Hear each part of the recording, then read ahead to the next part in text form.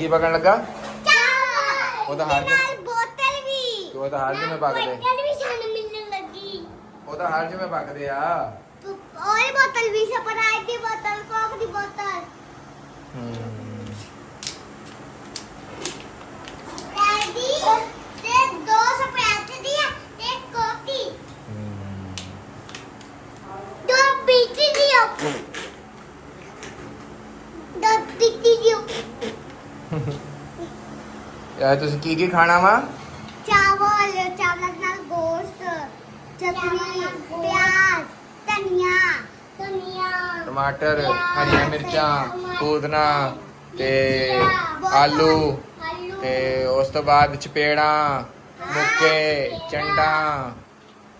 नहीं बोतल और दी बोतल कोक दी बोतल स्प्राइट दी बोतल चपराइट केड़ी बोतल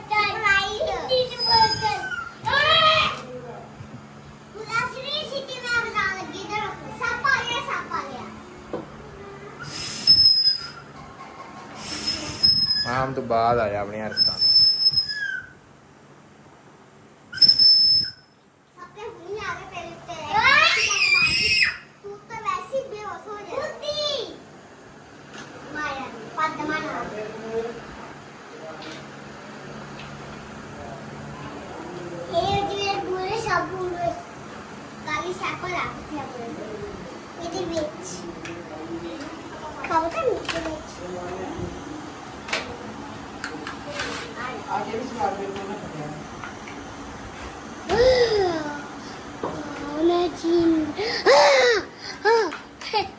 बेटी तू जेना ही फाड़ के कुटना भी है तेरे जेना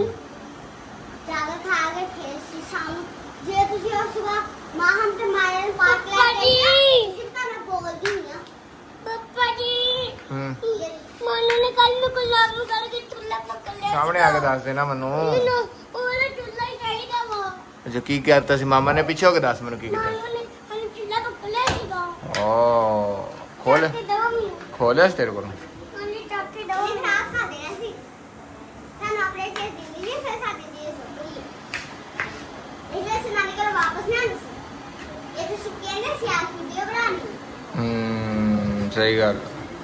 तुम्हारे के लिए गिन को मान चल के तो तने भी ले जाएंगे ले जाके हाँ पापा वाला जल्दी नहीं अच्छा दे दांगा चूल्हा ना एवें लड़िया ना कर महानूर वड्डी आ तू ना करया करो हाँ गंदा बल्ला लैके आइए चल पर छड़ दे हम खाना लग जाना है